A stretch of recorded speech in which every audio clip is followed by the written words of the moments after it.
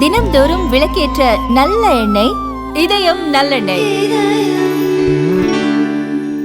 முன்னேற்ற கழகத்தின் தேர்தல் அறிக்கை குழு இன்று மதுரைக்கு வந்திருக்கிறது.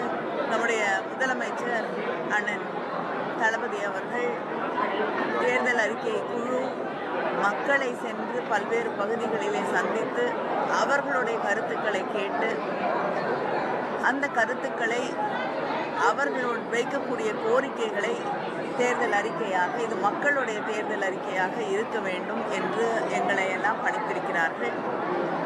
அதன் அடிப்படையிலே இன்று மதுரையிலே நடந்திருக்கக்கூடிய இந்த கூட்டத்திலே திண்டுக்கல், தேனி, விருதுநகர், மதுரையின் பல பகுதிகளிலிருந்து பல்வேறு அமைப்புகளை சார்ந்தவர்கள், விவசாயிகள், வியாபாரிகள், தொழில் முனைவோர், கல்வியாளர்கள், பட்டாசு தொழிலில் ஈடுபட்டிருக்கக்கூடியவர்கள் என்று பலதரப்பட்ட மக்கள் இந்த தேர்தல் அறிக்கை கூட்டத்திலே கலந்து கொண்டிருக்கிறார்கள். அவர்களுடைய கருத்துக்களை, கோரிக்கைகளை எடுத்து சொல்லியிருக்கிறார்கள்.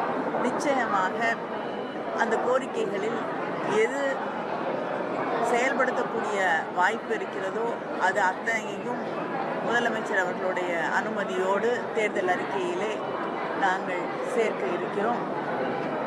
திராவிட முன்னேற்ற கழக தேர்தல் அறிக்கையிலே வாக்குறுதியாக வழங்கப்பட்டிருக்கக்கூடிய எந்த தேர்தல் வாக்குறுதியாக இருந்தாலும் அது முடிந்தவரை நிறைவேற்றக்கூடிய வாய்ப்பு இருக்கிறது என்பதை மக்கள் அறிவார்கள். எப்பொழுதுமே சொல்வதை செய்யக்கூடியவர்கள் திராவிட முன்னேற்ற கழகத்தில் தேர்தல் அறிக்கையை உருவாக்கக்கூடியவர்கள் என்பது நம்முடைய முதலமைச்சர் அவர்கள் தான் சொல்லக்கூடியதை செய்வார். அது மட்டும் இல்லாமல் தேர்தல் வாக்குறுதியாக தராத எத்தனையோ திட்டங்களை ஒவ்வொரு நாளும் மக்களுக்காக தந்து கொண்டிருக்கக்கூடிய முதலமைச்சர் நம்முடைய முதலமைச்சர். ஆனால் மக்கள் ஒரு நம்பிக்கையோடு, எதிர்பார்ப்போடு இந்த கூட்டத்திலே கலந்து கொண்டிருக்கிறார்.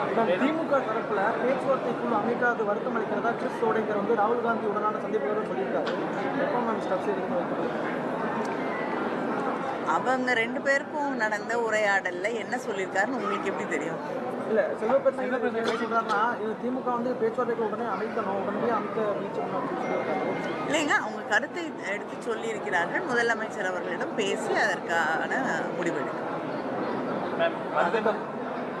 அண்ணாமலை வந்து என்ன சொல்லியிருக்காருன்னா, எய்ம்ஸ் மருத்துவமனை இது வரைக்கும் சீனியை வந்துட்டு ஆய்வு பண்ணலாம்னு சொல்லி கேட்டிருக்காரு. வேணுவேல் அது மாதிரி இப்போ எய்ம்ஸ் மருத்துவமனை வந்து லேட்டர் காரணம் திமுக அரசு தான் அப்படின்றது சொல்லியிருக்காரு. அவர் வந்து ஏதோ ஒரு கனவு உலகத்தில் இருக்காரு. எதுவாக இருந்தாலும் ஒன்றிய அரசாங்கம் நிதி கொடுப்பதில்லை, பல காரணங்களுக்காக திட்டங்களை நிறுத்துகிறார்கள். இப்படிப்பட்ட ஒரு சூழலில் தமிழ்நாடு அரசாங்கத்து மேலே பழி போடுவது, எந்தவித ஆதாரமும் இல்லாமல் கண்மூடித்தனமாக பழி சுமத்துவது, தயவுசெய்து என்ன உண்மை என்று தெரிந்து கொண்டு பேசட்டும். ப்ரெஸ்ஸை பார்த்தா எதை வேணாலும் சொல்லலாம் அப்படிங்கிறது நிச்சயமாக நியாயமாக இல்லை.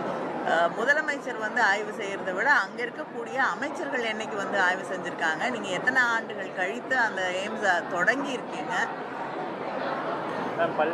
பல்வேறு மாவட்டங்களுக்கு தெரிஞ்சிருக்கீங்க. பெரும்பாலும் அவங்க தேர்தல் நிறைவேற்றக்கூடிய கோரிக்கை என்னவா இருக்குது, டிமாண்ட் என்னவா இருக்குது? இல்லைங்க, ஒவ்வொரு மாவட்டத்திலையும் இருக்கக்கூடிய எதிர்பார்ப்புகள், தேவைகள் அப்படிங்கிறது வெவ்வேறாக இருக்குது. இப்போ ராமநாதபுரத்தில் மீனவர்களுடைய கோரிக்கைகள் அதிகமாக இருக்கும்.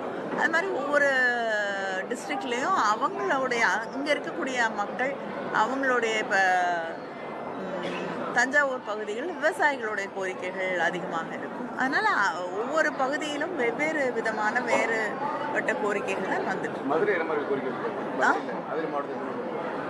மதுரையில் இன்னும் கொஞ்சம் இண்டஸ்ட்ரீஸ் வேணும் அப்படின்னு கேட்டிருக்காங்க.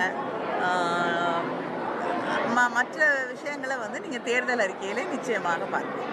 கடந்த முறை உங்களுடைய தேர்தல் அறிக்கைங்கிறது ஒரு பிரதானமாக இருந்தது. அதில் மதுக்கடைகளை வந்து படிப்படியாக குறைப்பது சொல்லியிருந்தீங்க. இப்போ நீங்கள் பார்க்கக்கூடிய மக்கள்லாம் மதுக்கடைகள் சம்மந்தமாக எதுவும் கோரிக்கை வச்சுருக்கிறாங்களா? இல்லை, இன்னைக்கு யாருமே வைக்கல. மேம், அதே மாதிரி இப்போ கடந்த 5 வருஷத்தில் வந்து சிறுபான்மையினருக்கு வந்துட்டு என்ன மாதிரியான திட்டங்கள் கொடுத்துருக்காங்க?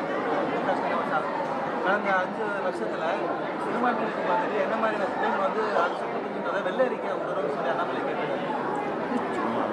எதுவுமே பண்ணல அவங்க. இல்லைங்க, அவர் பாவம் அரசியல்ல இருந்தே ஒதுங்குறேன்னு இல்லைன்னு சொல்லிட்டாரு. அப்புறம் ஏன் அவரை வம்புக்கு இழுத்துட்டு இருக்கீங்க? சிறுபான்மையினருக்கு பாதுகாப்பாக இருக்கக்கூடிய ஒரு மாநிலம் தமிழ்நாடு. அவங்களுடைய ஆட்சியில் இருக்கக்கூடிய பிஜேபியில் இருக்கக்கூடிய ஆட்சி செய்து கொண்டு இருக்கக்கூடிய எந்த மாநிலத்தில் சிறுபான்மையினர் நிம்மதியாக பாதுகாப்பாக இருக்காங்க அப்படின்னு சொல்லுங்க. பிரைம் மினிஸ்டர் மோடி 2வது தடவை மதுரைக்கு வராது இப்போ. அவரை வந்து ஆய்வு பண்ண சொல்லுங்க.